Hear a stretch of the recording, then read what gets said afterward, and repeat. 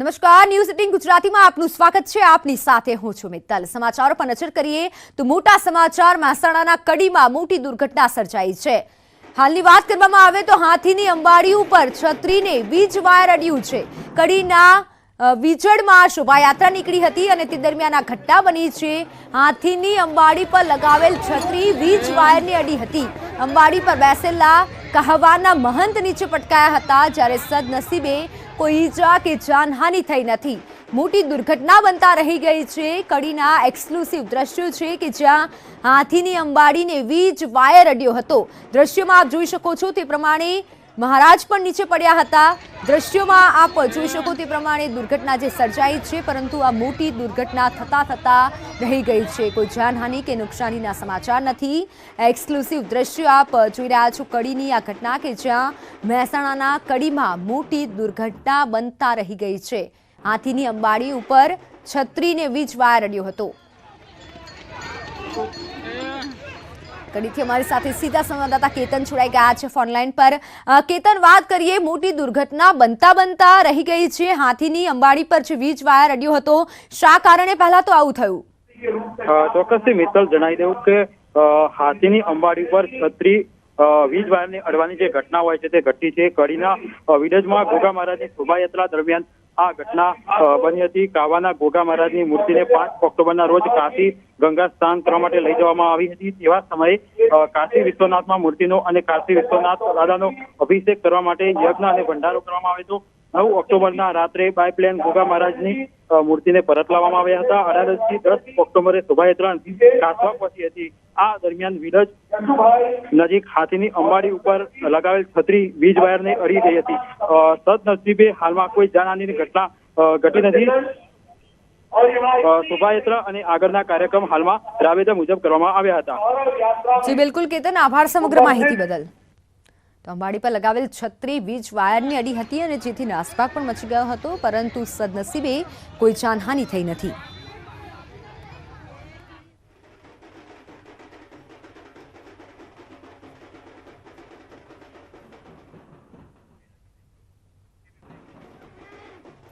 અન્ય મહત્વના સમાચારની વાત કરીએ તો અમદાવાદમાં હિટ એન્ડ રનમાં એકનું મોત નીપજ્યું છે।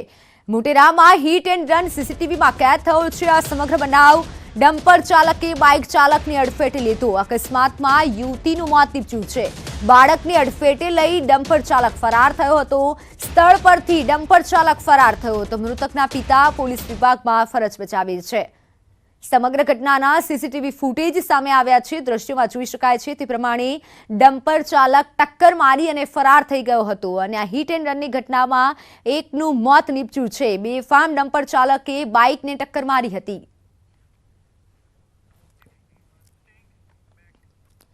તો હવે વાત કરીએ હિન્દુત્વ યાત્રાની।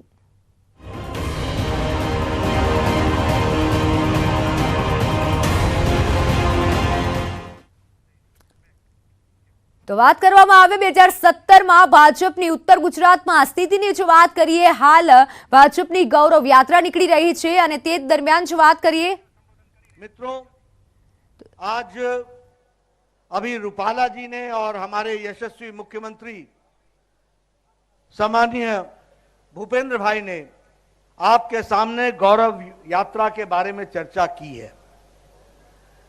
मैं आप लोगों से एक बात कहने आया हूं। मुझे यह सौभाग्य मिला है कि मैं गौरव यात्रा का श्री गणेश करूं। 5 स्थानों से यह गौरव यात्रा गुजरात में चलने वाली है। आज मैं द्वारका पीठ पर जाने वाला हूं, वहां से भी गौरव यात्रा का प्रारंभ करूंगा। कल हमारे भारत के गृह मंत्री अमित शाह जी आएंगे, वो 2 स्थानों से 3 गौरव यात्राएं प्रारंभ करेंगे। उसमें से एक गौरव यात्रा हमारे आदिवासी भाइयों को समर्पित होगी। भगवान बिरसा मुंडा को याद करके वो यात्रा चलेगी। मैं इन तमाम यात्राओं के प्रारंभ में जो मुझे यहां सौभाग्य मिला है कि मैं इस यात्रा का प्रारंभ करूं, मैं अपनी ओर से आप सबको बहुत बहुत बधाई देता हूं और धन्यवाद देता हूं कि गुजरात के प्रदेश अध्यक्ष और उनकी टीम ने इस गौरव यात्रा को निकालने का निर्णय लिया। मित्रों, ये गौरव यात्रा भारतीय जनता पार्टी की गौरव यात्रा नहीं है। यह यात्रा निकालने वाली भारतीय जनता पार्टी हो सकती है। यह गौरव यात्रा सिर्फ गुजरात की गौरव यात्रा नहीं है। यह गौरव यात्रा भारत के गौरव को स्थापित करने वाली गौरव यात्रा है। और यह मैं कहने के लिए नहीं कह रहा हूं, हम सब लोगों के लिए सौभाग्य की बात है कि जो देश को दुनिया के नक्शे पर फिर से पुनर्स्थापित करने के लिए, आत्मनिर्भर देश बनाने के लिए, विकसित भारत बनाने के लिए, सबका साथ, सबका विकास, सबका विश्वास, सबका प्रयास, सबको साथ लेकर के चलने वाला भारत जो आदरणीय प्रधानमंत्री नरेंद्र मोदी जी के नेतृत्व में देश आगे छलांग लगा रहा है, उस गौरव यात्रा की गंगोत्री गुजरात है। इस बात के लिए मैं आपको बधाई देना चाहता हूं।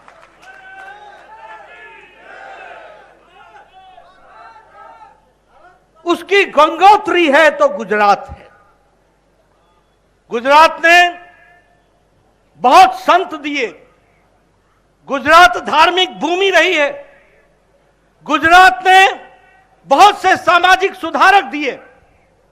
गुजरात ने बहुत से नेता भी दिए। हम अगर बापू महात्मा गांधी जी को याद करें तो वो गुजरात की धरती ने दिया। अगर हम सरदार पटेल को याद करें जिन्होंने भारत को एकता के सूत्र में बांध दिया, तो गुजरात की धरती को याद करेंगे। और भारत को आधुनिक भारत बनाते हुए दुनिया के नक्शे पर खड़ा करने का काम किया तो आदरणीय नरेंद्र भाई मोदी जी ने किया। यह भी हमको याद रखना चाहिए। इसलिए मित्रों, यह हमारा सौभाग्य है और इस सौभाग्य को ध्यान में रखते हुए यह भारतीय जनता पार्टी गौरव यात्रा निकाले, लेकिन गुजरात का एक एक व्यक्ति इस गौरव यात्रा से गौरवान्वित होना है। एक एक व्यक्ति को यह गौरव का पल के साथ अपने आप को शामिल करना है।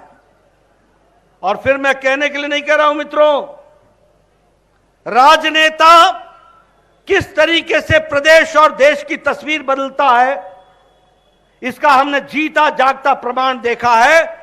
तो पहले गुजरात की विकास यात्रा देखी है और अब हम देश की विकास यात्रा देख रहे हैं। यह हम आपको बताना चाहते हैं। अभी अभी रूपाला जी ने आपके सामने बताया कि यहां बबूल के जंगल होते थे। अरे भाई, जब बबूल को उगाने वाली पार्टी होगी तो बबूल ही उगेगा ना।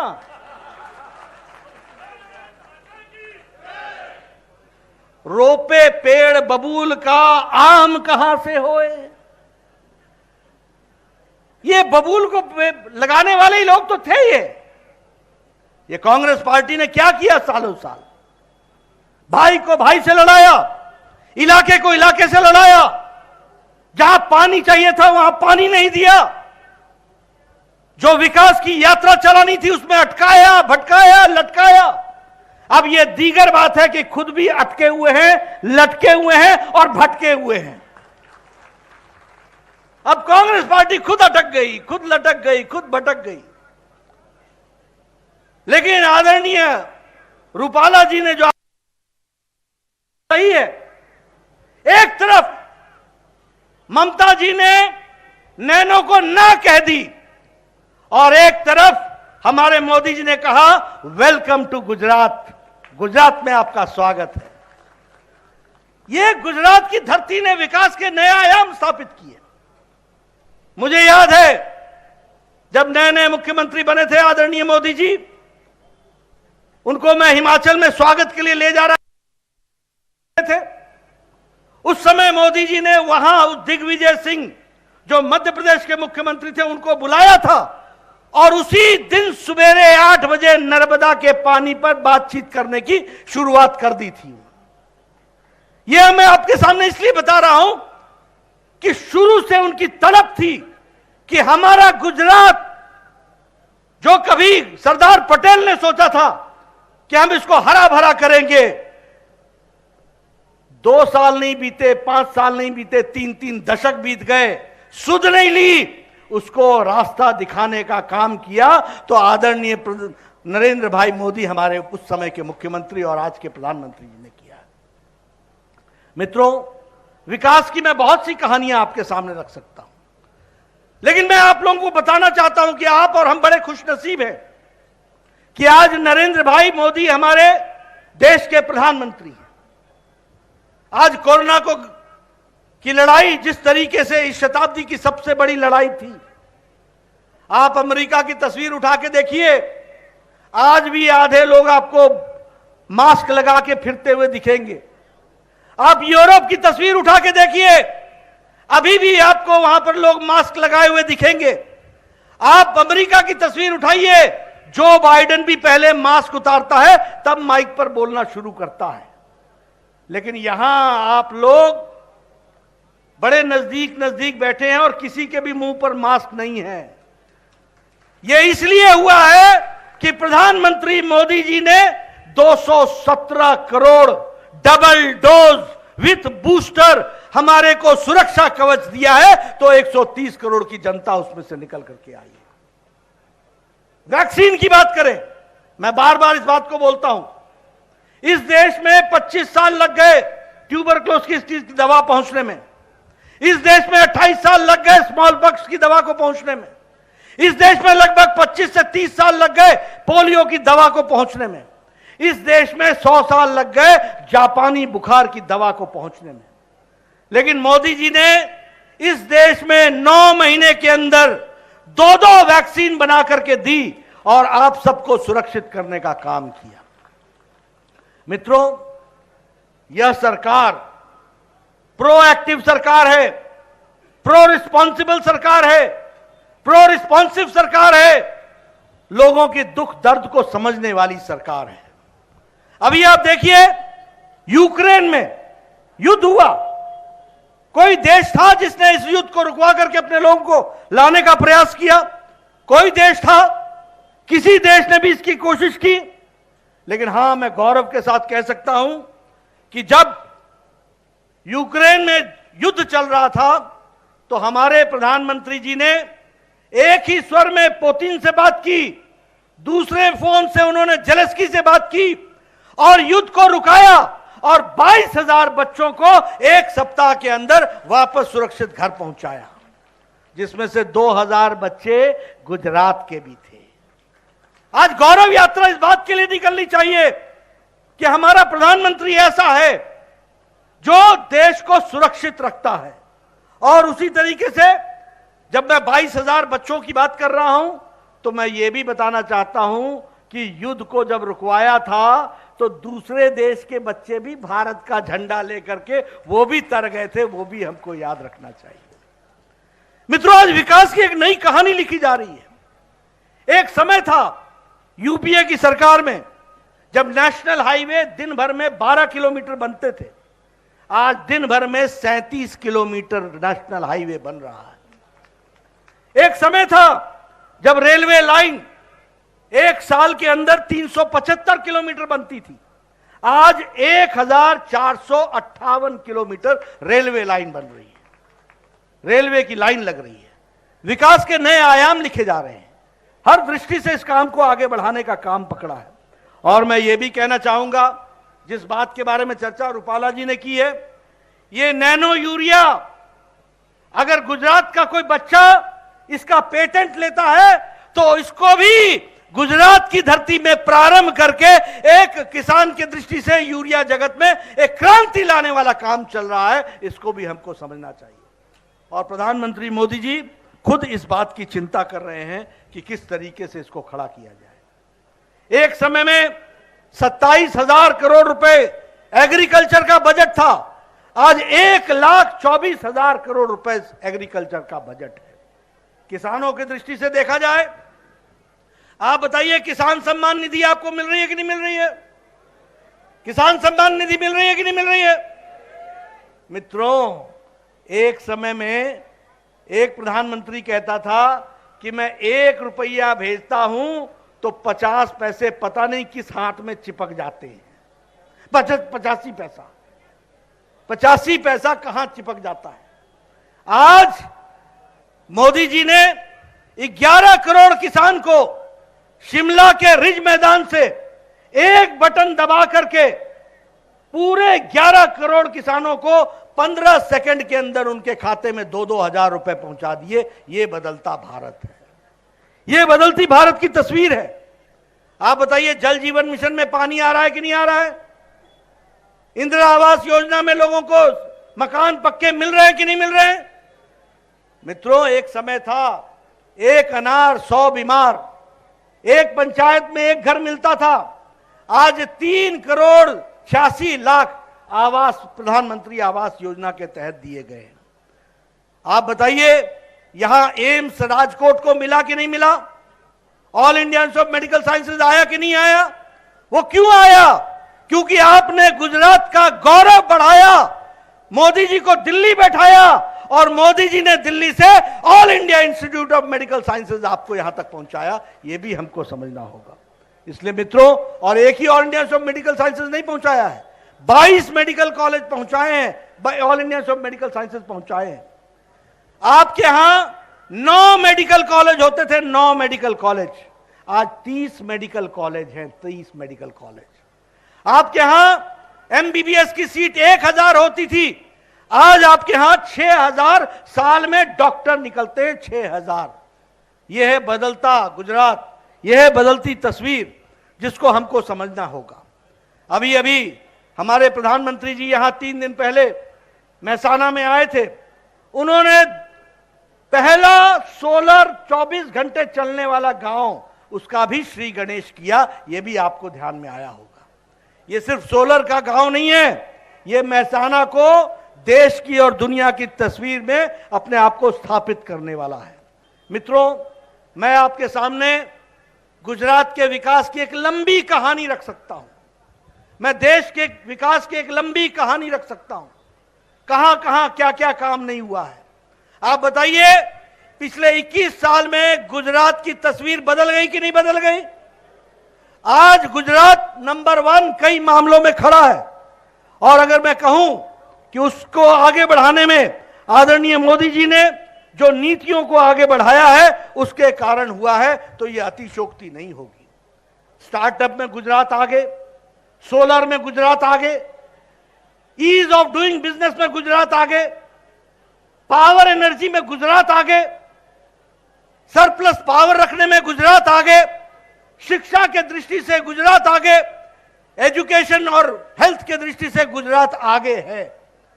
इसलिए मित्रों, मैं आपका ज्यादा समय न लेता हुआ आपसे सिर्फ यह निवेदन करने आया हूं कि यह मोदी जी का संदेश, यह भूपेंद्र भाई का संदेश, यह हमारे सीआर पाटिल जी का संदेश, यह रूपाला जी का संदेश, इसको आप गांव गांव घर घर पहुंचाइए कि आदरणीय मोदी जी के नेतृत्व में देश आगे बढ़ रहा है और गुजरात को आगे बढ़ते हुए हम लोगों ने देखा है।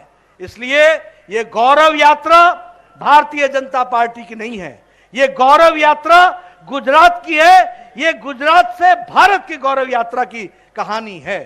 हम जब गुजरात मॉडल लेकर के दिल्ली में बात करते हैं तो हमारे समझ में आता है कि गुजरात ने दुनिया को, देश को एक नई दिशा दी है और उस दिशा के वाहक आदरणीय प्रधानमंत्री मोदी जी रहे हैं। इसलिए ऐसी यात्रा के माध्यम से हम आगे बढ़े। इन्हीं शब्दों के साथ मैं अपनी बात को समाप्त करता हूं और गौरव यात्रा का प्रारंभ करता हूं। बहुत बहुत धन्यवाद। बहुत बहुत धन्यवाद साहब। प्रारंभ करें इससे પહેલે ભારતીય જનતા પાર્ટીની વિચારધારામાં કેટલાક મિત્રો જોડાઈ રહ્યા છે, એમને ખેસ પહેરાવીએ છીએ। બોડલાના ડેલિગેટ, વર્તમાન તેઓ ડેલિગેટ જે પહેલાજી ઠાકોર, ગોવિંદસિંહ સરપંચ, નુગરજી મથુરજી ઠાકોર। સંજયભાઈને વિનંતી એમની ટીમને ઝડપથી મંચ પર મોકલે। આ લઈ લેજો, ટોપીએ લઈ લેજો, ત્યાર પછી ઠાકોર બળદેવજી, ગલાબજી। તો હાલ જેપી નડ્ડા દ્વારા જે સંબોધન કરવામાં આવ્યું છે, નડ્ડાએ જણાવ્યું છે કે મહત્વનું જો વાત કરવામાં આવે તો આ ગૌરવ યાત્રા માત્ર ગુજરાતની નથી પરંતુ ભારતની છે અને ભારતે પ્રસ્થાપિત કરી રહી છે આ ગૌરવ યાત્રા। ચૂંટણી પહેલા હિન્દુત્વની આ રથયાત્રા છે અને આપ જોઈ રહ્યા છો 5 જગ્યાએ, રાજ્યમાં 5 જગ્યાએ આ ગૌરવ યાત્રા નીકળશે। સૌરાષ્ટ્ર, મધ્ય ગુજરાત અને દક્ષિણ ગુજરાતમાં આ યાત્રા નીકળવાની છે। ત્યારે જેપી નડ્ડા દ્વારા સંબોધન કરવામાં આવ્યું છે।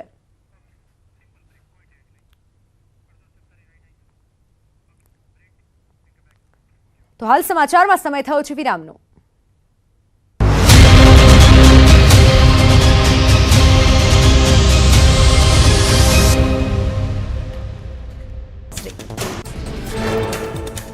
અરવલ્લી જિલ્લામાં ધુમ્મસભર્યું વાતાવરણ સર્જાયું. રસ્તાઓ પર વિઝિબિલિટી ઘટતા વાહન ચાલકોને વાહન ચલાવવા ભારે મુશ્કેલી પડી. ધુમ્મસના કારણે ખેતીવાડીને નુકસાન થવાની શક્યતા. આણંદ જિલ્લામાં 17 ગામોના ડાંગરનો પાક વરસાદના કારણે બગડ્યો. ખેડૂતો મુશ્કેલીમાં. કોંગ્રેસ ધારાસભ્ય પૂનમ પરમારે ખેડૂતોને વળતર માટે મુખ્યમંત્રીને પત્ર લખી આર્થિક સહાયની કરી માંગ. બોટાદ જિલ્લામાં કપાસમાં સુકારો આવતા ખેડૂતોને મુશ્કેલી. 25 થી 30 હજારના નુકસાનનો છે અંદાજ. ખેડૂતોએ કરી સહાયની માંગ. ખેતીવાડી અધિકારીઓએ કહ્યું વાદળછાયું વાતાવરણ આગોતરા સુકારા માટે જવાબદાર હોઈ શકે. રાજકોટના ગોંડલ માર્કેટિંગ યાર્ડમાં મગફળીની આવક. અંદાજે 1 લાખ ઘૂણી મગફળીની આવક. યાર્ડના બહાર બંને બાજુ વાહનોની 3 કિલોમીટર લાંબી લાઈન. હરાજીમાં મગફળીના એક મણના 1000 થી 1350 સુધીના ભાવ મળ્યા. ઊંઝા એપીએમસી દ્વારા ખેડૂતોને રાહત દરે તાડપત્રી અને બિયારણનું વિતરણ કરવામાં આવ્યું. રાઈ, અજમો, મેથી, સુવા, વરિયાળી સહિતનું સર્ટિફાઈડ બિયારણનું વિતરણ. ખેડૂતોને 25 લાખ રૂપિયાની બચત થતા ખુશીનો માહોલ. આજથી ગુજરાત ભાજપની ગૌરવ યાત્રાનો ભાજપના રાષ્ટ્રીય અધ્યક્ષ જેપી નડ્ડા દ્વારકાથી કરાવશે પ્રારંભ. મહેસાણાના બહુચરાજી મંદિરથી કચ્છના માતાના મઢ સુધી યોજાશે ગૌરવ યાત્રા. અમદાવાદમાં બીજેપીએ એલઈડી રથ એટલે કે પ્રચાર વાહનનું સીએમ ભૂપેન્દ્ર પટેલ અને સીઆર પાટીલે કર્યું લોન્ચિંગ. રથ રાજ્યમાં સરકારના કામોની જાહેરાત કરશે. સુરેન્દ્રનગરના લખતરમાં વિઠ્ઠલગઢ ગામે ગુજરાત પ્રદેશ કોંગ્રેસ સમિતિ દ્વારા માલધારી સંમેલનનું આયોજન. સંમેલનમાં સ્થાનિક ધારાસભ્ય નૌશાદ સોલંકી સહિતના આગેવાનો ઉપસ્થિત રહ્યા. મધ્યપ્રદેશના ઉજ્જૈનમાં મહાકાલ લોકનું પીએમ મોદીએ કર્યું લોકાર્પણ. જ્યોતિર્લિંગ મહાકાલેશ્વરના નવા પરિસર મહાકાલ લોક રાષ્ટ્રને સમર્પિત કર્યું. નાડાછડીથી બનેલા 15 ફૂટ ઊંચા શિવલિંગથી મોદીએ રિમોટથી આગળ કર્યું. પીએમએ મહાકાલેશ્વર મંદિરમાં મહાકાલના દર્શન કરી પૂજા અર્ચના કરી. મહાકાલની આરતી ઉતારી રુદ્રાક્ષથી કર્યા મંત્ર જાપ. મોદીએ નંદીની પાસે બેસીને મહાકાલને પ્રણામ કર્યા. સંધ્યા આરતીમાં થયા શામિલ. કાર્તિક મેળા ગ્રાઉન્ડમાં પ્રધાનમંત્રી મોદીએ સંબોધી સભા. હર હર મહાદેવ, જય શ્રી મહાકાલના નાદથી પીએમએ કર્યું સંબોધન. કોરિડોર નિહાળ્યા બાદ મોદીએ કહ્યું એવું કેવી રીતે બને કે મહાકાલ બોલાવે અને આ દીકરો ના આવે. પ્રધાનમંત્રી નરેન્દ્ર મોદીએ અમદાવાદની સિવિલ હોસ્પિટલની લીધી મુલાકાત. પીએમએ 1275 કરોડના વિકાસ કામોનું લોકાર્પણ કર્યું. કહ્યું મેડિસિટીમાં ગુજરાતના લોકોને સારી સુવિધા અને સારવાર મળશે. મેડિકલ ટુરિઝમ ક્ષેત્રે થશે વૃદ્ધિ. પ્રધાનમંત્રી મોદીએ કાર્યક્રમમાં કર્યું સંબોધન. કહ્યું દુનિયાની સૌથી એડવાન્સ મેડિકલ ટેકનોલોજી અને મેડિકલ સુવિધાઓ હવે અમદાવાદમાં. ગરીબ અને મધ્યમ વર્ગના લોકો માટે વિશેષ ઉપયોગી બનશે આ સુવિધા. પીએમ મોદીએ ગુજરાતની ઉપલબ્ધિઓ માટે મુખ્યમંત્રી અને તેમની ટીમને આપ્યા અભિનંદન. સાથે જ કહ્યું હું ડોક્ટર નથી પણ ઘણી બીમારી મેં ઠીક કરી. વીજળીની અછત, પાણીની મુશ્કેલી, સ્વાસ્થ્ય સેવાનો અભાવ, ખરાબ શિક્ષણ સહિતની બીમારીઓનો કર્યો ઇલાજ.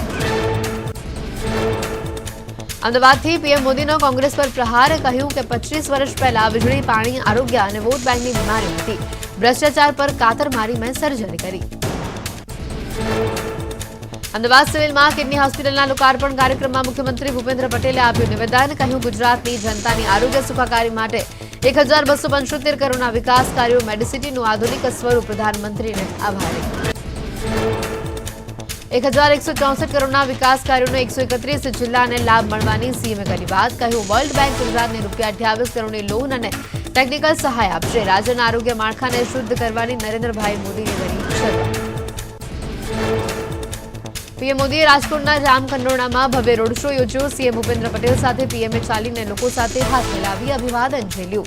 સભામાં ભાજપના સભ્યોએ પીએમને ચાંદીનો રથ, હળ અને શાલ સાથે 5 કમળ આપ્યા.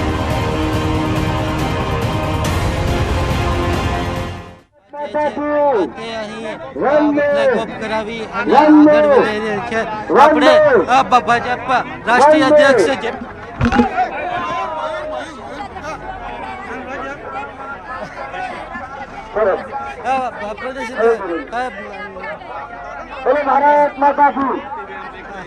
તમે જે રીતે જોઈ રહેલા છો તો અહીં ભાજપ રાષ્ટ્રીય અધ્યક્ષ જે છે તે અહીં આવેલા હતા, અહીં હજી જોડાયેલા હતા અને અહીં જે નડાજી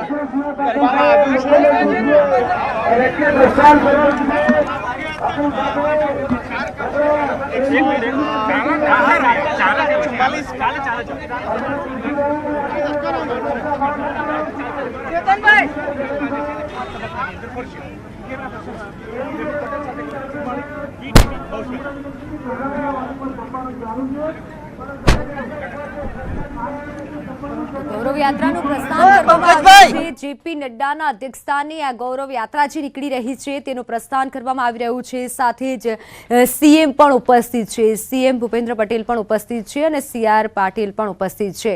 અનેક કાર્યકર્તાઓ અને લોકોની વચ્ચે આ ગૌરવ યાત્રાઓ નીકળી છે. ગૌરવ યાત્રાની જો વાત કરવામાં આવે તો 5 મહત્વની જગ્યાએ આ ગૌરવ યાત્રા નીકળશે. સૌરાષ્ટ્ર, ઉત્તર ગુજરાત અને મધ્ય ગુજરાતમાં આ ગૌરવ યાત્રાનો પ્રારંભ કરવામાં આવ્યો છે. 2 સૌરાષ્ટ્ર યાત્રામાં નીકળશે, જ્યારે 2 મધ્ય ગુજરાત અને 1 દક્ષિણ ગુજરાતમાં આ યાત્રાનો પ્રારંભ કરવામાં આવ્યો છે. ગૌરવ યાત્રાનો જે પ્રારંભ કરવામાં આવ્યો છે, જેપી નડ્ડાના અધ્યક્ષસ્થાને આ ગૌરવ યાત્રા નીકળી રહી છે. ચૂંટણી પહેલા આ હિન્દુત્વની રથયાત્રા છે અને ચૂંટણી પહેલા જે પ્રચાર કરવામાં આવી રહ્યો છે ભાજપ દ્વારા, તેનો જ આ ભાગ છે. ગૌરવ યાત્રાની જે શરૂઆત કરવામાં આવી છે, અનેક લોકો ત્યાં ઉપસ્થિત છે, સાથે કાર્યકર્તાઓ પણ ઉપસ્થિત છે અને જેપી નડ્ડાના અધ્યક્ષસ્થાને આ ગૌરવ યાત્રાનો જે પ્રારંભ કરવામાં આવ્યો છે. આપ સીધા જે દ્રશ્યો જોઈ રહ્યા છો બહુચરાજીથી, કે જ્યાં ગૌરવ યાત્રાનો પ્રારંભ થઈ રહ્યો છે અને CM ભૂપેન્દ્ર પટેલ પણ હાલ ઉપસ્થિત છે. અનેક લોકોની વચ્ચે આ ગૌરવ યાત્રા નીકળશે.